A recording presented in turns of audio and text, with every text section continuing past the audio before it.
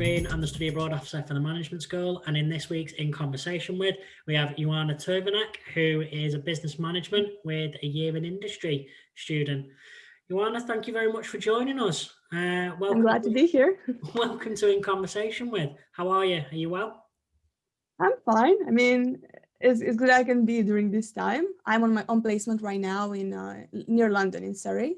Oh, okay. And I'm adapting quite well. Yeah.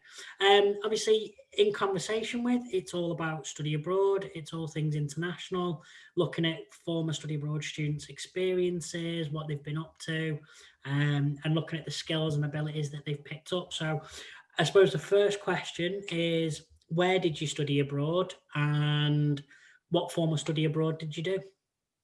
So I did a semester abroad in the university in my background at Western University of Ontario. These are some of the buildings. Right. Okay. So I was going to say, so I didn't realize that your background there is actually so is it Western University, Ontario? Western University, yeah. Right. Okay. So what was it like there? Obviously, it looks very green. I assume Western was a part of like a big city. Well, the thing is that, so before I went there, I thought because it said Western, I didn't know the full name, like Western University of Ontario. So I thought Western might mean that I'm going to Vancouver, like the other side of the world, honestly. And then I was like, I got more calm when I realized it was close to Toronto, to New York, to all the nice places, not so far away in Vancouver. So you, so then I assume then once you found out that you were going to be closer to it, you were a lot happy about that. It was a relief, yeah. Excellent. Well, it looks so. What are the buildings in the background? Is that a church that I can see, or have I mistaken that? They're actually buildings where I had classes. So this is the it's called Middlesex College. Is the computer science building basically. Right. And this one, I can't remember the name, but I had classes there. Like I literally had classes there. That's so the one with the flag on top. It looks so green. Is this your photo or is this like one from the internet? From the internet. I took some nice pictures at sunset, but they weren't as amazing as this one. So what was it like that? But looking at it, it looks like it was really green, but I thought it'd be quite, it was like a big city. So is it more of was it more of a rural campus rather than it's like a small town. I would say like a college town. So like the university was the center of attention, the main focus. Yeah. So I mean, when I did my study abroad, I'm sure people who have listened to some of our other In Conversation With will have heard me talk about my study abroad, but I did it in a very small college town, actually in upstate New York. So I know exactly what you mean when you say small college town. What was it like then? That's actually, I suppose we'll do that as a first question, real question. What was it like going from a big city like Liverpool to then studying a really small kind of concentrated town? Well, I think it was better just to feel the experience because it was just me and the other students. So I could focus on my studies. I could focus on going out for a relaxing walk near the campus. And I think it was safer to some extent. So you felt safer with it, like than you wouldn't necessarily being in a big city. Because when you're walking on the street, you bump into other students rather than just some old creepy person. So did you, when you first arrived then, did they have lots of kind of welcome activities and things like that? Oh, yes, they did. So I think it's something similar in all the like North American colleges. They have an orientation week. Okay. Like everyone is so energetic at 7 a.m. in the morning, is dancing and screaming and chanting, and they are trying to like teach us like chant basically like Western University or whatever, and we had to shout on the streets at 8 a.m. on a Monday. Oh, no, I couldn't be doing that. So did you get really into it then, or were you a little bit shy about doing that? I was at first, just because I was the oldest one. So they usually do the orientation week with the freshers. So they were like just 17, 18-year-olds. I was the oldest one, but so without giving away your age, you were seen as more of the the senior professional, as it were. Yes, exactly. The mature one, the mother of the group. So did you then take up the mother of the group type role?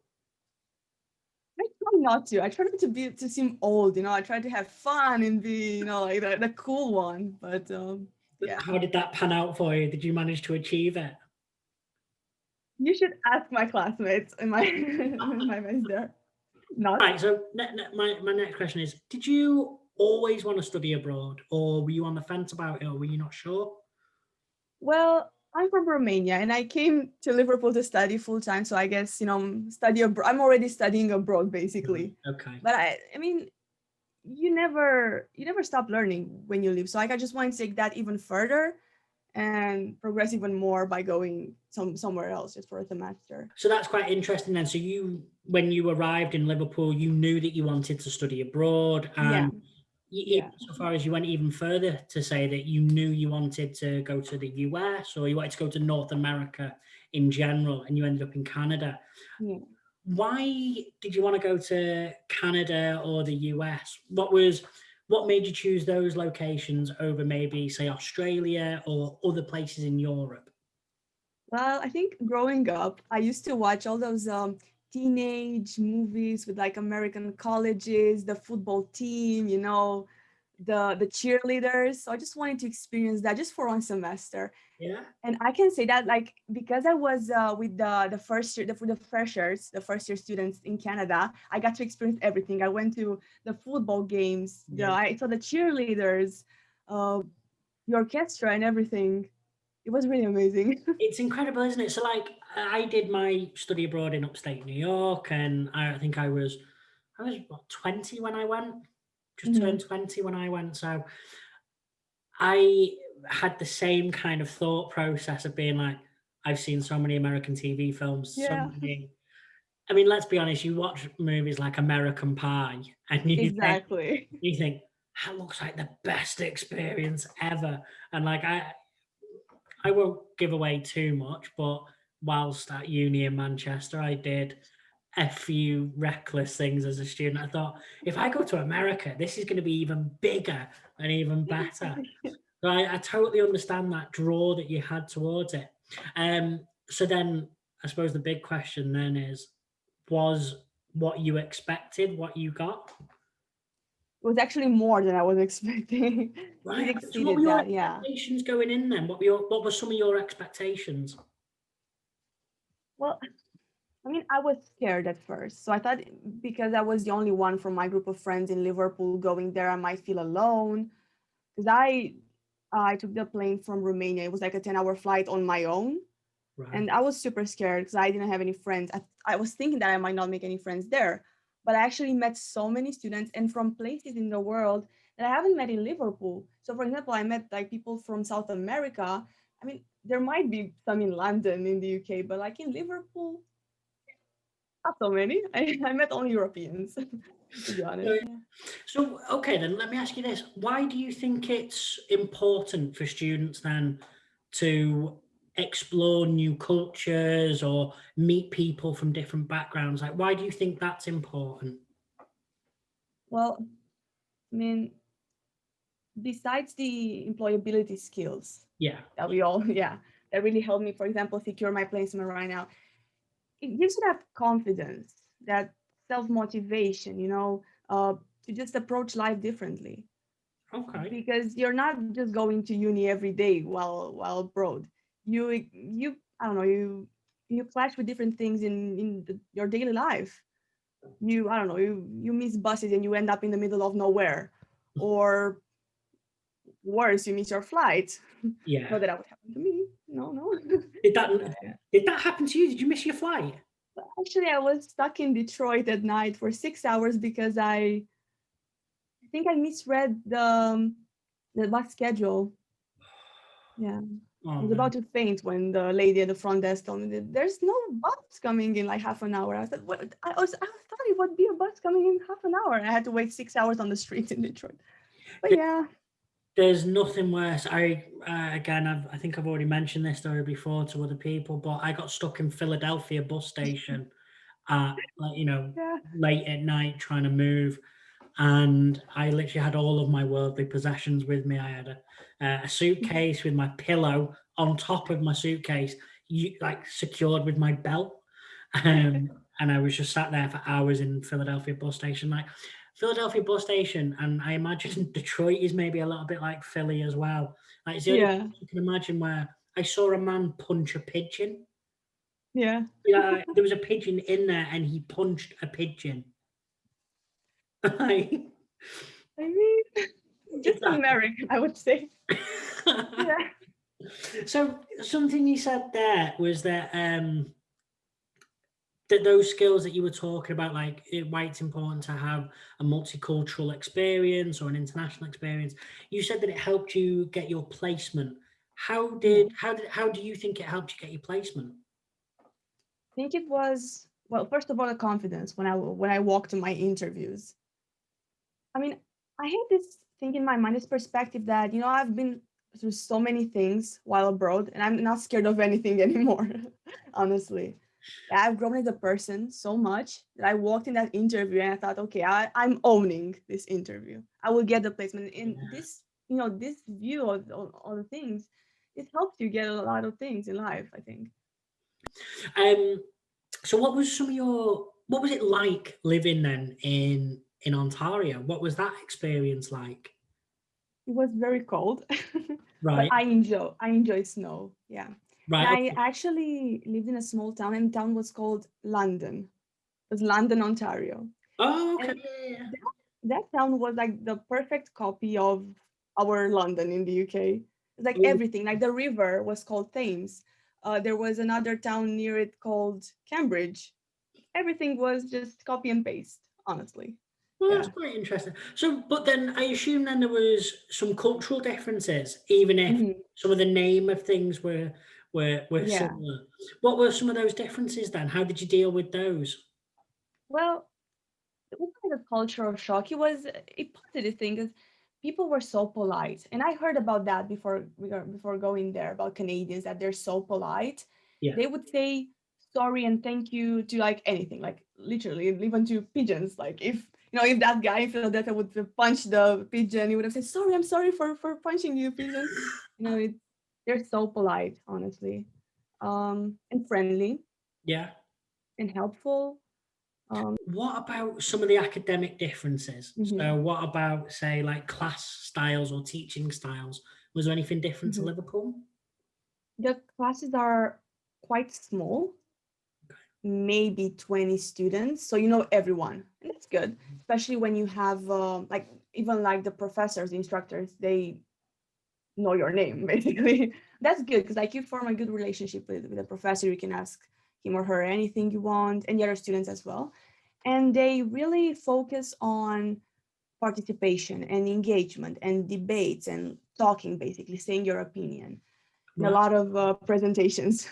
Well, that's So they good really then, isn't work it? on soft skills. Yeah. Right. Okay. So, do you find then? So, you've already kind of mentioned it already that you think that one of the big skills that you got was confidence. Was there any other Mhm. skills, soft or academic skills, that you got from that time abroad that you think will help you in the future? Well, other soft skills, I'd say cultural awareness, intercultural effective communication, because it's one thing to know, like to talk to someone from the country, but it's different to be aware of what they value and what they're looking for and like nonverbal cues and everything. And you learn them just by experiencing them with other people. You're not born by, and you don't get born and you know these things. You need to experience and interact with people Yeah. and learn them. All right. So, I want to talk about some of your favorite things or some of your funniest things, some of your fondest memories. So, have you got like a one of your funniest stories or a fondest memory? Okay. So as you can see, Canada is a country very close to nature, Yeah. full of wild animals, for example. And I think Canadians are used to interacting with wild animals, and I wasn't. So one night I was walking home with one of my friends, and I went to a bus stop to wait for my bus to go home. And it was pretty late; it was close to midnight, And there weren't many cars on the road, not many people on the streets. And on the other side of the road, on the other pavement, there were two raccoons. I mean, Were there? yeah, because they're everywhere, honestly. Wild geese, wild turkeys, raccoons, everywhere on the street in Canada. I'm terrified of turkeys. I hate turkeys. I'm genuinely scared of them. But I love raccoons. You love them? I think so. Yeah, apparently they're quite vicious, like, and they'll scratch your face off. But I really like raccoons. I think they're so cool. What? So how close did you get to it? So they were on the other side of the road. Right. And me and my friend, we thought, they're on the other side. So maybe they have learned their lesson in the past not to cross the road because there might be cars, animals sometimes feel these things. Yeah. But they literally, and I think we weren't supposed to make eye contact with them, but we were trying to squeeze our eyes to see their position, like moving. Yeah, exactly. And they noticed, they turned towards us, and they literally looked both ways on the road to see if there is any car passing, and they ran towards us. And my friend and I started running back towards the campus, and we were shouting our lungs out. And we were running and looking back to see if they are following us. And they followed us to a point, but then they jumped in the bushes right next to the bus stop. So even if we were to go to the bus stop to take the bus, they were there just, hunting us. Like that genuine. So the reason why I'm scared of turkeys is because I was 5 years old. We came out of a pub in the Lake District, me and my family. And as we were walking back towards the car, these two turkeys come walking up the road, just wild turkeys out of nowhere. And they chased me back up the road. I got scared and I ran back towards the pub. And these two turkeys ran after me. And I was stood on a picnic bench. And these two, in my mind, these two turkeys were circling around the picnic bench. They were going to kill me. That's what I think. So I totally understand why you were terrified of the raccoons. Because I'm glad to know that I'm not alone in this. Let's look at some more of your favorite things. So what was your favorite thing to eat whilst you were out in Canada? Poutine. Right. So this is Yeah. So you're the second student I've spoken to who was on exchange in Canada. I think they were at HEC Montreal, and their favorite meal was poutine. I think poutine is from Montreal, originally from Montreal, right? But can you explain to me what are they called? There's some poutine's got some sort of cheese thing in it, hasn't it? Yeah.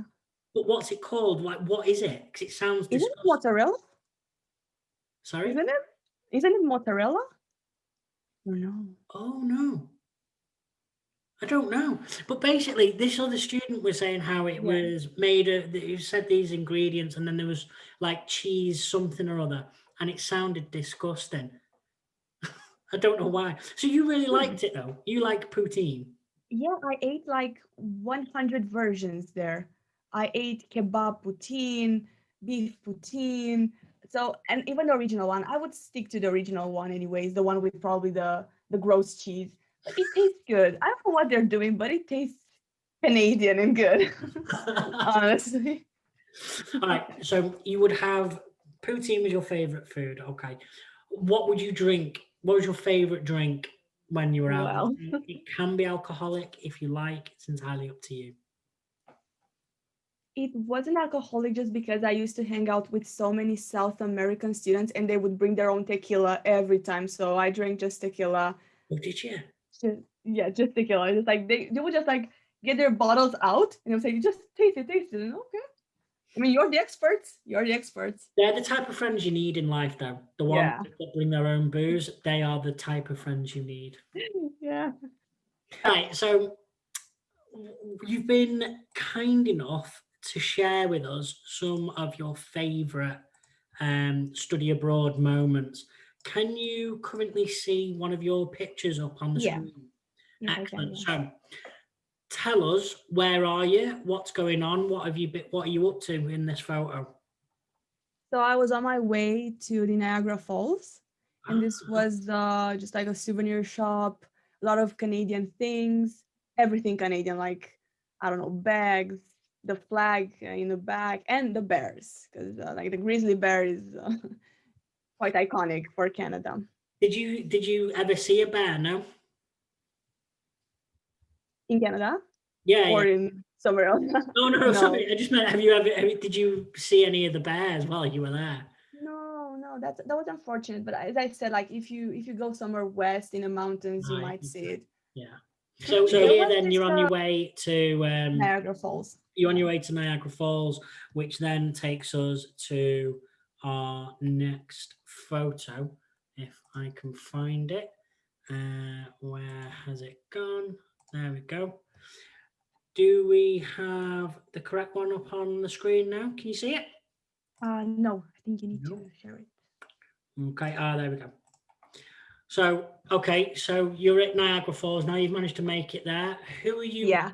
And is that Niagara Falls behind you? It is, isn't it? So I think there are two falls. The small one, the one in the back, Yeah. which we thought in the beginning it was the right one. That's why we took the picture. We were so excited, yay! And then we jumped on a boat, and it took us somewhere in the back. It was amazing, honestly. Okay, so Much bigger. So who's in this picture with you then? Two of my friends with whom I went to New York as well. The one on is it the left or the right? The one the one of them is Natalia from Brazil, and the other one is Yasmina from the Netherlands. Right, okay. Yeah. So you said then that you went traveling with these guys as well afterwards. Yeah. How did you decide to do that? Did you just think, you know what, we get on so well, we've made really good friends, let's go traveling, or how did that come about? Well, at Western, we used to have a weekly event called Global Cafe, where all the international students would come and we would have a coffee and just chat. And while there, we built all these great friendships, and we decided, like, what do you want to do while here in Canada? And we said, well, I want to go to New York. I got my visa. I want to go there and then visit it. Yeah. And we said, okay, let's do it in the reading week. We went for a week there. It was really nice. We were just us, the girls, which might have sounded scary, but it wasn't, honestly. Everything was What did you think of New York then? Oh my God. It was very beautiful. I went to Toronto as well, so I could compare like one of the biggest cities in. We're coming towards the end of our time now, so I want to push you for one piece of advice that you would give to any student about study abroad. I would say be brave and don't panic, and don't try to plan everything in advance. I know students who went there without planning anything, and I know students like me who try to be Mrs. Perfect and plan everything 3-4 months in advance. And both of us survived, and both of us are here. We have a great experience. So just try to enjoy it. Try to live in the moment. And as I said, be brave. I want to say, I suppose that's actually it. We've come towards the end of it now. And I want to say that students, if you are interested in finding out more about study abroad, contact the Central Study Abroad team. You can do that via goabroad@liverpool.ac.uk. Also, have a look on the Study Abroad website. Just throw University of Liverpool Study Abroad into Google. Have a look on there. Use the online search tool to choose by your course and see what options come up for you. And you can also obviously contact me. I hold a drop-in every Tuesday. The information of how to access that drop-in is on Canvas. Have a look in the Study Abroad area. You can also drop me an email via ULMSStudyAbroad@liverpool.ac.uk. And I suppose the only thing for me to say now is thank you very much for joining us. It was an absolute pleasure to have you with us. Thank you. Thank you for giving me this platform to talk about it. I'm glad that you had such a good study abroad experience, and I'm really thankful that you've been able to share that with us. So I will say thank you very much. It's been a pleasure, and goodbye. Bye. Bye.